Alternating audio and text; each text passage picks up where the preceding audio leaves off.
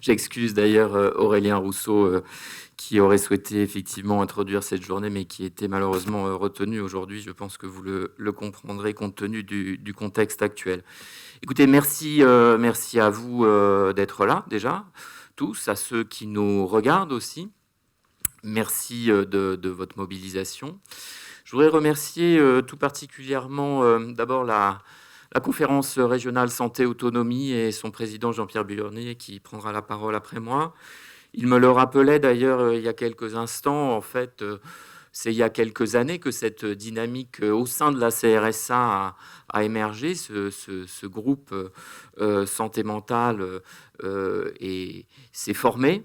Et c'est cette dynamique, et je veux le remercier, qui a pris sein au sein de cette instance de démocratie sanitaire régionale et qui a pu se développer et qui a produit chaque année beaucoup et qui est très utile et très enrichissante pour nous, autorités sanitaires régionales. Et donc permettez-moi également du coup d'en profiter pour remercier Tim, parce que c'est Tim Grayson, je ne sais pas où il est, mais il a dû disparaître. Ah voilà, il est là. Qui, au fond, est à la fois à l'initiative de cette, je me souviens très bien, il y a quelques années, son souhait absolu de faire ce groupe au sein de la CRSA. Il a obtenu d'ailleurs satisfaction, mais il ne suffit pas de créer un groupe, encore faut-il que ce groupe vive, qu'il produise, et c'est chaque année ce qui se passe. Et merci à toi, Tim, parce que tu tiens quand même cela beaucoup aussi avec tes bras forts. Je voudrais aussi remercier dans cette série de remerciements nos propres équipes, les équipes de la démocratie sanitaire, Anne Van Ries, Arnaud Blanderac, qui sont là et qui aussi, ça c'est pas forcément quelque chose de toujours visible, mais appuie la démocratie sanitaire, parce que la démocratie sanitaire, elle a besoin d'appui, et c'est ce que nous faisons à l'Agence régionale de santé en lien avec la CRSA depuis un certain nombre d'années, puisque c'est, vous le savez, pour l'Agence régionale de santé d'Île-de-France, la démocratie sanitaire, c'est vraiment un axe très important pour notre action. Donc merci à vous tous, merci bien évidemment à la Cité des sciences et de l'industrie et à la Cité de la santé de nous accueillir. Ça ne fait que traduire, je crois, vraiment l'engagement de cette structure pour les questions de santé, la promotion de la santé. Donc je vous remercie de votre accueil dans ces conditions qui sont très, malgré le fait que effectivement nous devions respecter scrupuleusement les protocoles sanitaires, ce qui réduit quand même l'auditoire, mais on est quand même dans de très bonnes conditions. On est dans de bonnes conditions, mais permettez-moi, et ce sera mon premier point, d'évoquer quand même ce contexte dans lequel nous nous situons, et d'où vous vous situez, vos travaux se situent, qui est un contexte extrêmement difficile, un contexte de crise inédite, gestion d'une épidémie inédite, particulièrement dure. C'est une épreuve pour notre système de santé, je vais revenir, mais au fond, c'est une épreuve pour tous nos concitoyens, c'est une épreuve mondiale, c'est quelque chose qu'on n'a jamais vu, et je crois qu'on ne peut pas ne pas en tenir compte dans tout ce que nous faisons finalement. Et au fond, on est dans un contexte, depuis cette rentrée de septembre, de reprise épidémique qui est encore plus dur, puisqu'on voit que donc on pensait avoir, à la fin du mois de juin, après cette période de confinement déjà très difficile, avoir passé le plus difficile, et puis nous devons à nouveau, et on le voit à nouveau avec des mesures sans doute très difficiles, j'en parlais il y a quelques instants, qui vont être prises, des mesures qui ont un impact, pas seulement pour l'économie, pas seulement pour le bon fonctionnement de notre société, mais aussi tout simplement pour les individus, et y compris pour leur santé mentale. Et ce moment-là, il est donc, je pense, une épreuve, et nous devons tous y penser et savoir comment on va faire pour la surmonter. Au fond, on peut s'appuyer déjà sur ce qui a été fait. Je crois que c'est quand même très important, pour ne pas tomber dans une dépression totale, de se dire qu'au fond, on a quand même tenu bon face à quelque chose de très difficile dans notre pays, que ce soit pour le système de santé d'une manière générale, et je peux le dire pour une région qui a été quand même confrontée très violemment à la première vague, avec un système de santé qui a tenu bon, alors qui a été renforcé, qui a bénéficié de renforts, qui a bénéficié de renforts d'autres régions d'ailleurs, qui a pu, mais quand même avec une mobilisation de tous les professionnels de santé que je veux saluer. Et ça, je pense que c'est quand même un point d'appui pour affronter la suite, parce que c'est la durée de cette épidémie et de sa gestion qui est au fond particulièrement déprimante. Et au fond, il a tenu bon, mais il a tenu bon dans toutes ses composantes, dont la composante psychiatrie santé mentale, et je veux vraiment le saluer, vous tous finalement qui êtes des acteurs de ce secteur et qui y avez contribué. On a fait preuve, et je veux revenir quand même quelques instants sur ces moments du mois de mars, du mois d'avril, du mois de mai, extrêmement difficiles. Alors on s'est beaucoup focalisé sur les réanimations qui sont le point un peu le plus critique de notre système de santé, mais enfin, tout ce qui s'est passé dans le champ de la psychiatrie, de la santé mentale, doit être aussi souligné. Il y a eu des innovations, des inventions, des mobilisations absolument remarquables, et je veux le redire. En quelques jours, en quelques semaines, on a multiplié par 10 le nombre de téléconsultations, pour donner qu'un exemple, qui ont permis comme ça, ce qu'on n'avait pas vu du tout, même si on voulait développer les téléconsultations les années et les mois précédents, on a eu là tout d'un coup quelque chose qui s'est débloqué. Les outils numériques, d'une manière générale, ont été beaucoup plus utilisés. On s'est rendu compte aussi, par la crise finalement, de leur intérêt.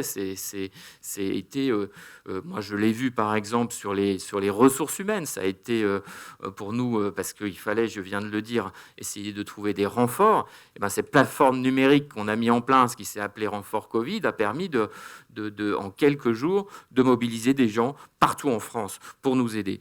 Mais ça a été aussi la mise en place et en santé mentale pour les personnes qui, du fait du confinement, souffraient.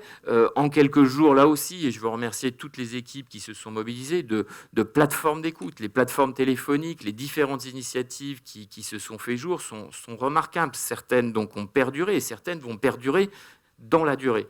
Et donc, je veux le dire, ce n'est pas qu'une histoire de renforcement de nos capacités à faire. Cette crise, elle a révélé aussi des capacités à inventer des solutions rapides. Et je pense que c'est, dans un contexte relativement dépressif, c'est quand même un motif de satisfaction et un point d'appui pour aborder la suite. Et donc ça, je voulais vraiment le saluer et remercier tous les professionnels et tous les acteurs associatifs et autres qui se sont mobilisés dans ce moment-là.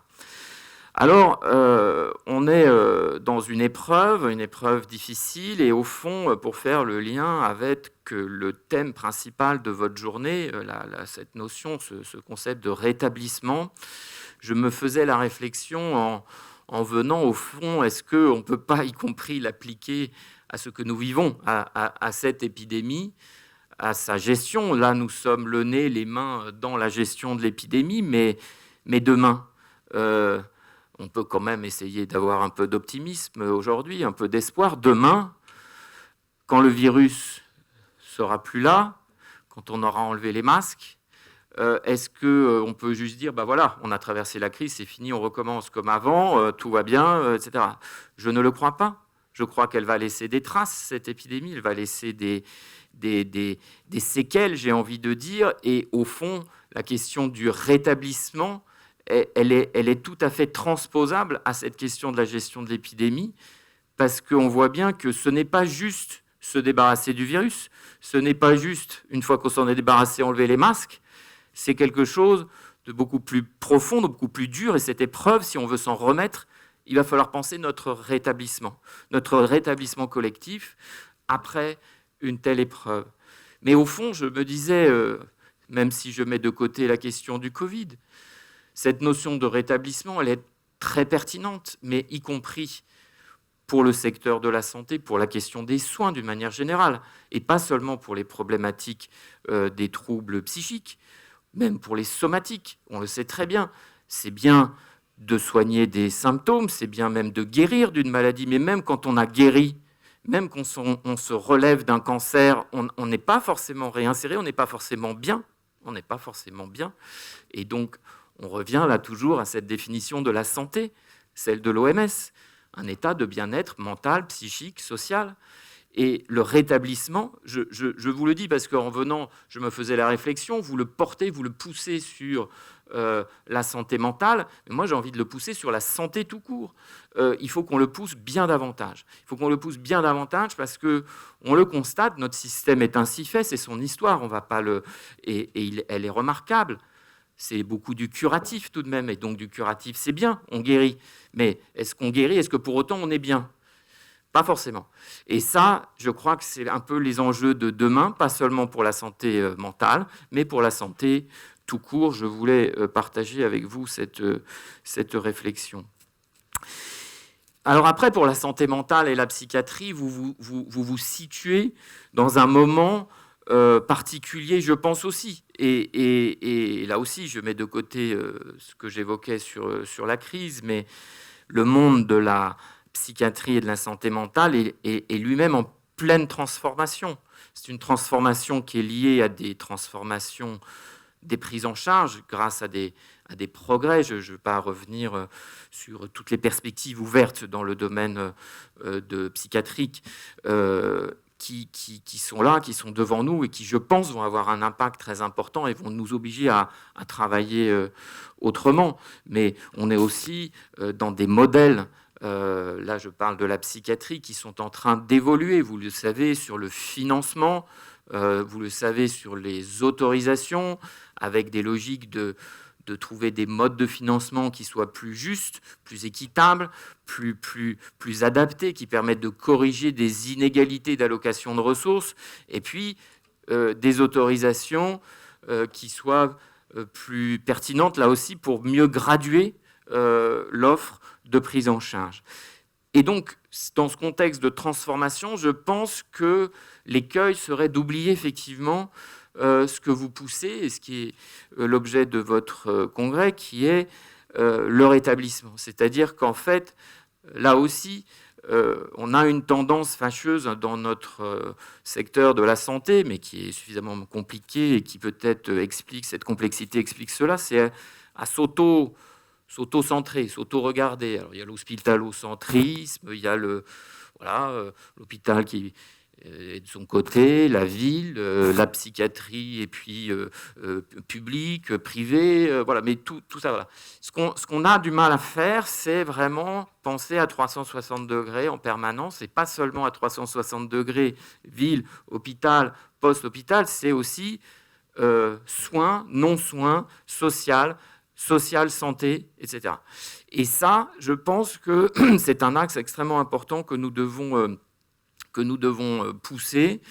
On peut réorganiser la psychiatrie, on peut changer, faire une réforme des autorisations, faire une réforme du financement, mais il faut parallèlement qu'il y ait un axe en permanence d'ouverture et de lien avec l'extérieur et avec tout ce qui fait que justement pour du rétablissement, du vrai rétablissement, on n'a pas uniquement besoin de psychiatrie. On a besoin de travailleurs sociaux, on a besoin de liens avec la ville, on a besoin de transports qui marchent bien, on a besoin, voilà, tout ça.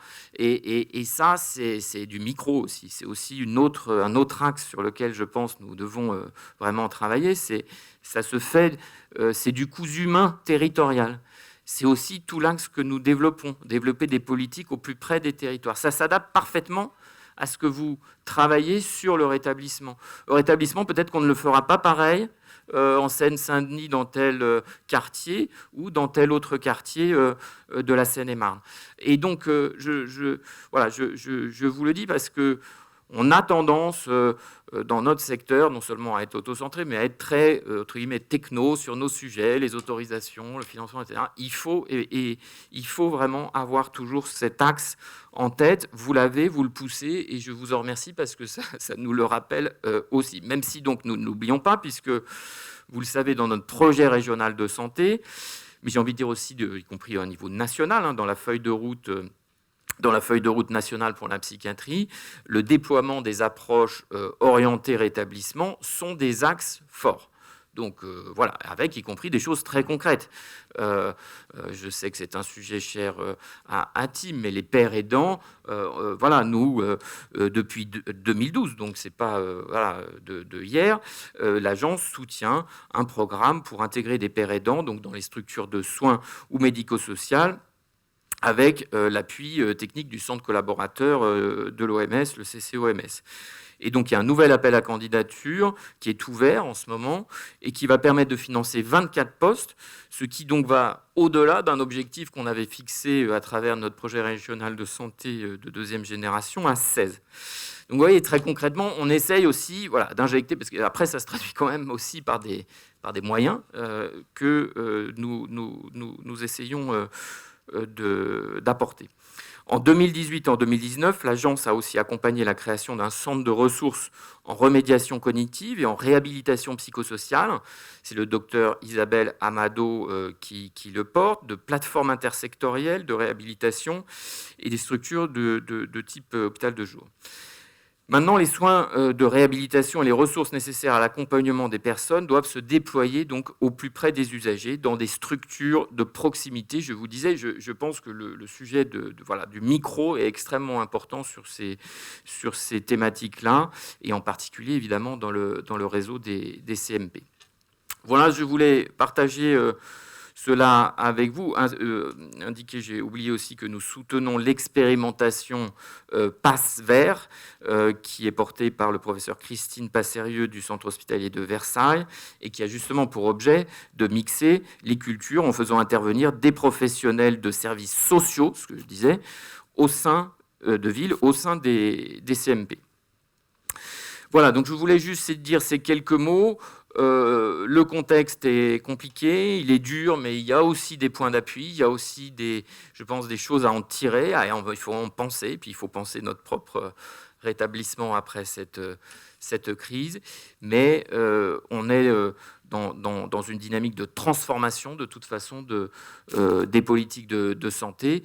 Et je pense que ce que vous portez à travers vos travaux, à travers ce qui est porté par le groupe santé mentale au sein de la CRSA, contribue à faire avancer ce concept de rétablissement. Et donc, je vous remercie pour cela, parce que pour l'Agence régionale de santé, c'est aussi un point d'appui important pour le diffuser et pour faire en sorte que ce sujet se développe dans les mois et dans les années qui viennent. Donc, merci beaucoup. Je vous souhaite vraiment un bon travail toute la journée. Et puis, merci à vous, merci Tim, et bon travail.